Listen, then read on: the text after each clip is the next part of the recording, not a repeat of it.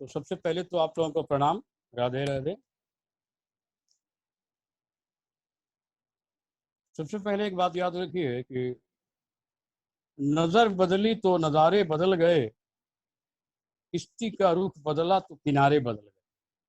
किश्ती का रुख जब हमने संसार से ईश्वर की तरफ मोड़ा तो किनारे हमारे बदल गए।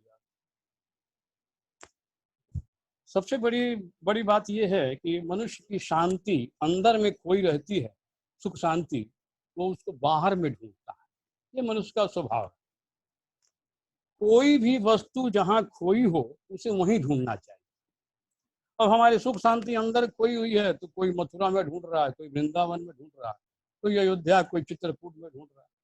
कुछ लोग हैं तो वो पार्टी में ढूंढते हैं, कोई शराब में ढूंढते हैं, कोई पिकनिक टूर में ढूंढते हैं, स्विट्जरलैंड, हॉलैंड, पोलैंड, कहाँ कहाँ जाते हैं, लेकिन शांति मिलती नहीं है क्योंकि जहाँ खोई हुई है वहां नहीं ढूंढा जा रहा। एक बूढ़ी माता जी थी तो उनकी सुई घर में गिर गई, तो घर में थोड़ी देर वो खोजी, फिर वो बरामदे में खोजने लगी। तो पड़ोस की एक बच्ची ने पूछा कि दादी आप क्या खोज रहे हैं? तो दादी ने कहा कि मेरी सुई गिर गई है भाई, मिल नहीं रही। तो बच्ची ने कहा कि दादी सुई तुम्हारी कहाँ गिरी है कि तुम बरामदे में खोज रही हो? तो दादी ने कहा कि सुई तो घर में गिरी है। तो बच्ची ने कहा घर में फिर क्यों नहीं खोज रही? तो दादी कहती हैं कि भाई घर में अंधेरा है इसलिए खोजने में दिक्कत हो रही।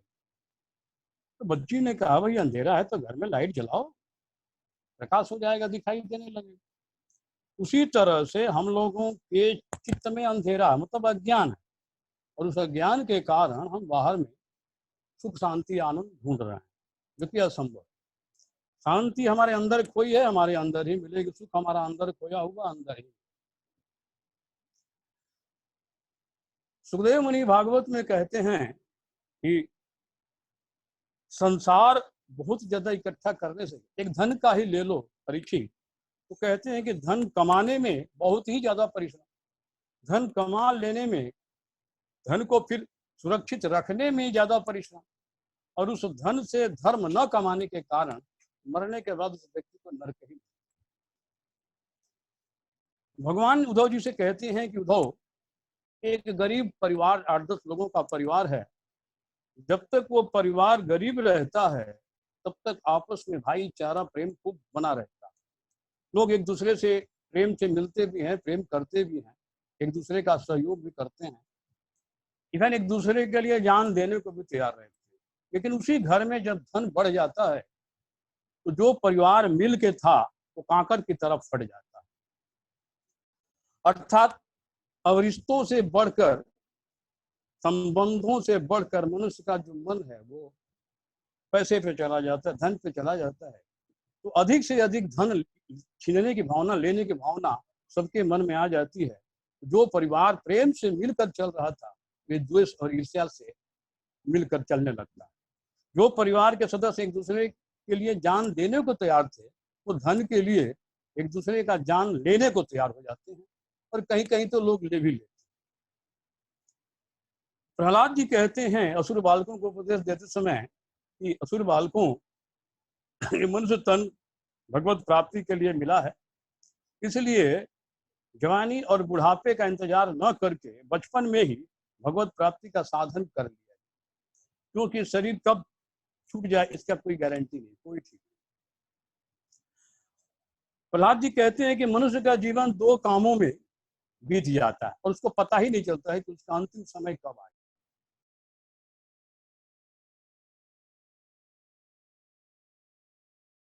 और रात बीत जाता है वो रूपी निद्रा में सोने।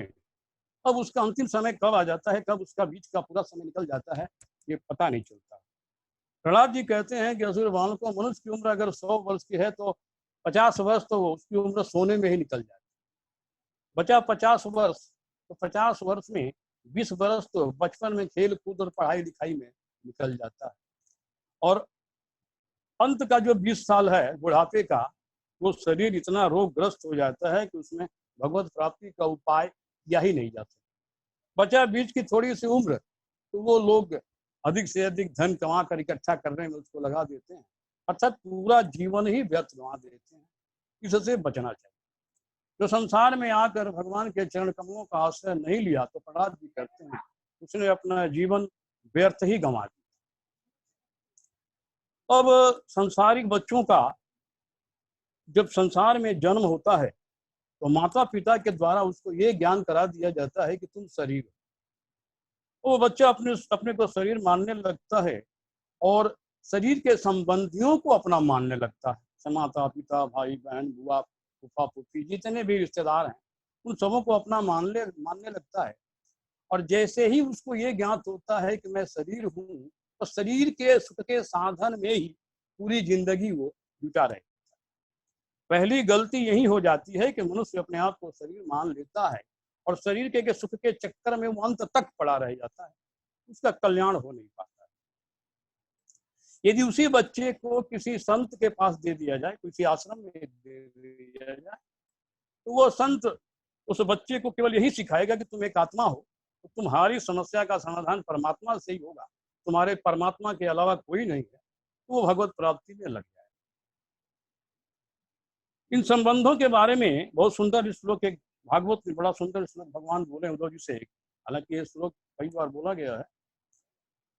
भगवान कहते हैं कि उद्धव पुत्र दाराप्त बंधु नाम संगमः पांध संगम अनुदेहम व्यंत्यते स्वप्नो निद्रानुगो यथा। भगवान कहते हैं कि उद्धव ये स्त्री पुत्र माता पिता भाई बंधु ठीक वैसे ही हैं जैसे एक कुएं पर कुछ राहगीर इकट्ठा हो जाते हैं और थोड़ी देर वहां पानी पीने के बाद, थोड़ी देर विश्राम करने के बाद, एक दूसरे से गप करने के बाद सब अपने अपने रास्ते चले जाते हैं। तो ये परिवार के सदस्य भी उसी राहगीर की तरह हैं। एक उदाहरण से समझिए, जैसे परिवार के सदस्य भी ठीक वैसे ही हैं जैसे ट्रेन के कोच में बैठे हुए कुछ पैसेंजर रहते हैं। जैसे एक पैसेंजर, जब हम एक लंबी यात्रा करते हैं ट्रेनों में 20 घंटा 25 घंटा 30 घंटा का, तो अगल बगल के बैठे हुए लोगों से हमारा ऐसा परिचय हो जाता है, ऐसा घनिष्ठता हो जाती है कि हम लोग उसी में बात करने लगते हैं, नाश्ता पानी एक साथ करने लगते हैं, जैसे घर के अंदर हम लोग करते हैं। तो ट्रेन में बैठे हुए कोच के अंदर के लोगों में और परिवार के सदस्य के लोगों में केवल एक अंतर है। ट्रेन के कोच में बैठे हुए लोगों का अपना अपना स्टेशन याद रहता है, सबको अपना अपना गंतव्य स्थान याद है कि मुझे इस जगह उतरना है। अब जैसे मान लीजिए कि आपको दिल्ली जाना हो और बीच में किसी को उतरना हो, उससे आप कहिए कि भाई तुम मेरे घनिष्ठ मित्र हो गए हो, मेरे साथ दिल्ली चल चलो, वो यही कहेगा कि भाई साहब मेरा गांव आ गया है, मैं आपके साथ कैसे दिल्ली, मैं जा ही नहीं। उसी तरह से परिवार के सदस्य के लोग जो अपना अपना स्टेशन भूले हुए हैं, तो इनमें भी जिनका जिनका स्टेशन आते जाएगा वो उतरते जाएगा। जैसे माता जी का स्टेशन आएगा, माता जी उतर गई, पिताजी का आएगा, पिताजी उतर गए, पत्नी का स्टेशन आता है तो पत्नी उतर गई, पति का स्टेशन आता है पत्नी, मैंने कोई किसी का साथ अंतिम डेस्टिनेशन तक नहीं दे सकता। अगर पति पत्नी से कहे भाई तुम तो मेरे अर्धांगिनी हो, तुम क्यों उतर रहे मेरे साथ और यात्रा में आगे चलो, तो कहेंगे कि नहीं भाई अब मेरा स्टेशन आ गया। तो भगवान कहते हैं कि ये संबंध जो है, जैसे स्वप्न का संबंध नींद टूटने तक रहता है, उसी प्रकार ये संबंध शरीर के रहने तक रहता है। अर्थात शरीर छूट जाने के बाद हम उनको खोजने जाते हैं, न वो हमें खोजने आते हैं। तो हमें पहली गलती जहां शरीर मानने की हो जाती है तो अंत तक गलती। जैसे सवाल अगर आप बना रहे हो, मैथमेटिक्स का पेपर आप दे रहे हो और सवाल में शुरुआत में ही यदि आपने गड़बड़ी कर दी, 9 6 15 के बदले 9 6 16 या 9 6 14 आपने कर दिया, तो वो सवाल गलत होता होता अंत तक वो गलती हो, उसमें अब सुधार होने वाला है। कहने का मतलब यही है कि हमें थोड़ा अपना डेस्टिनेशन के बारे में सोचना चाहिए। अब भागवत में भगवान एक प्यारा श्लोक के माध्यम से कहते हैं कि उद्धव, जो वाणी मेरा गुणगान नहीं करती है उस वाणी के बारे में। तो भगवान कहते हैं कि गाम दुग्ध दुहाम सतीम च भार्याम देहम प्राधीनम सत्प्रजाम च दीतम त्वतीर्थ कितमंग वाचम बिना मया रक्षति दुखद। भगवान कहते हैं कि बिना दूध देने वाली गाय, पराधीन शरीर, दुष्ट पुत्र, व्यभिचारिणी स्त्री, सत्पात्र के प्राप्त होने पर भी दान न किया हुआ धन, और मेरे गुणों से रहित वाणी व्यर्थ है। जो वाणी मेरा गुणगान नहीं करती है वो वाणी जो है व्यर्थ है।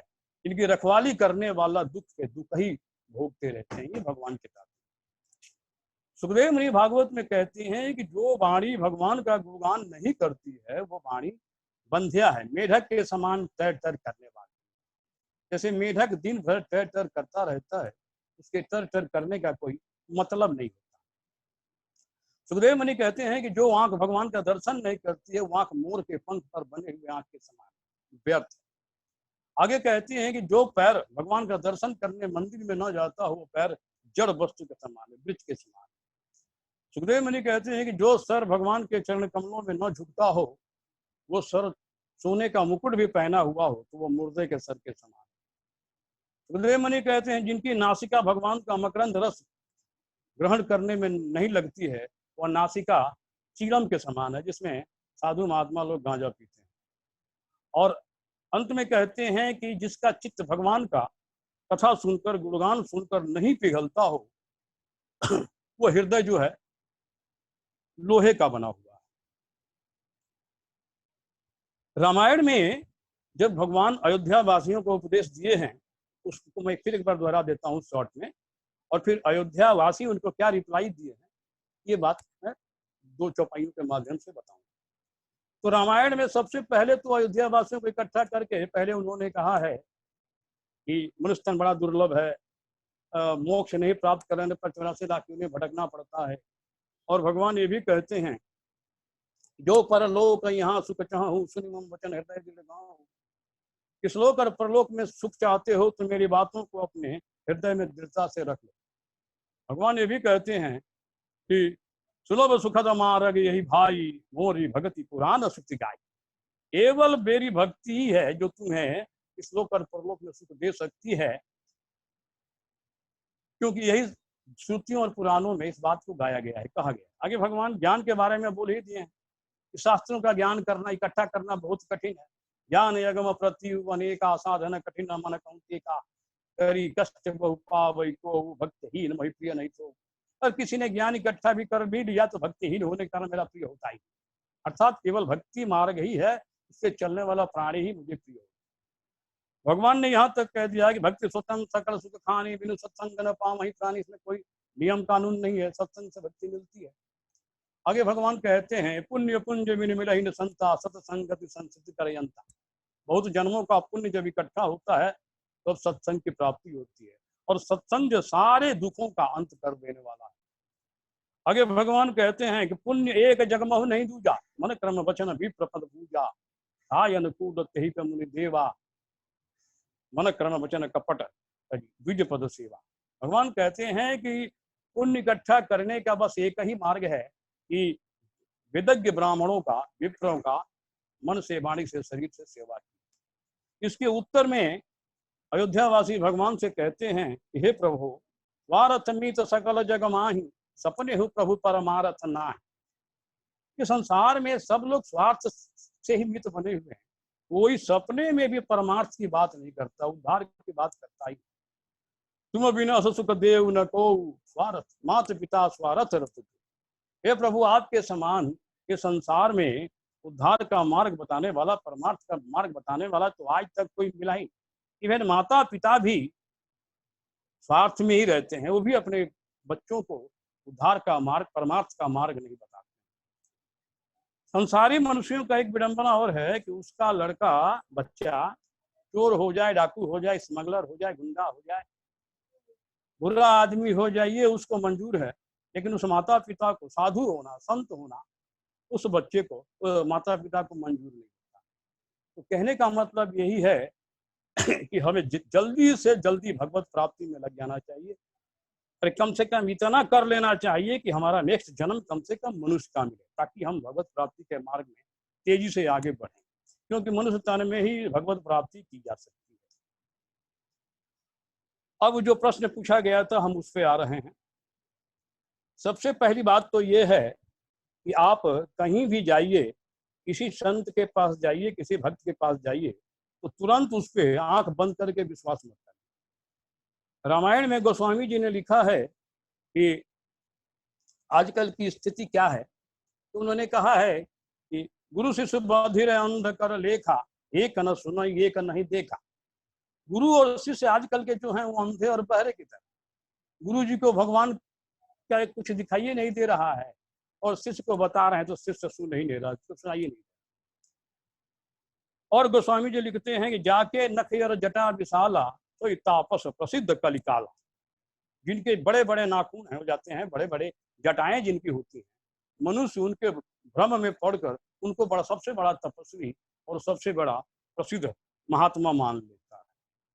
भागवत में बड़ा सुंदर निरूपण किया गया है संत और गुरु को पहचान।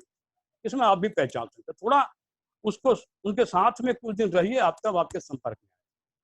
पहली बात तो ये बताया गया है कि उनके चित्त में माया न हो, ईश्वर हो, चर्चा हो भी चुकी है। दूसरा, ऋषभदेव जी संतों का 5 लक्षण बताए हैं, 5 गुण बताए हैं। इन 5 को आप याद रखिए। पहला, संत जो है तितिक्षु होता है। तितिक्षु का मतलब होता है कि धर्म के लिए विभिन्न प्रकार के कष्टों को सहता है, कष्ट सहने के बाद भी धर्म नहीं छोड़ता, तो तितिक्षु होता है। दूसरा, कारुणिक होता है, उसके अंदर करुणा भरी होती है। तीसरा, क्रोधहीन होता है, क्रोध तो उसके पास आ ही नहीं सकता है। चौथा, परम शांत होता है, उसका मन परम शांत, किसी भी परिस्थिति में उसके अंदर व्याकुलता नहीं, उद्विग्नता नहीं आती।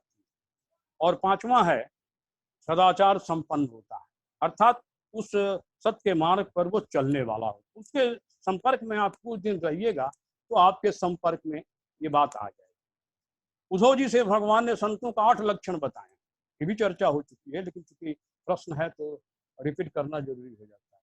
भगवान ने उद्धव जी से कहा है, उद्धव संतों के 8 लक्षण, ये 8 लक्षण भगवान बता रहे हैं। भगवान कहते हैं कि संत वो है जिसे संतो नपेक्षा मचिता प्रशांता समदर्शिना निर्ममो निरहंकारा निर्द्वंदा निष्प्रिया।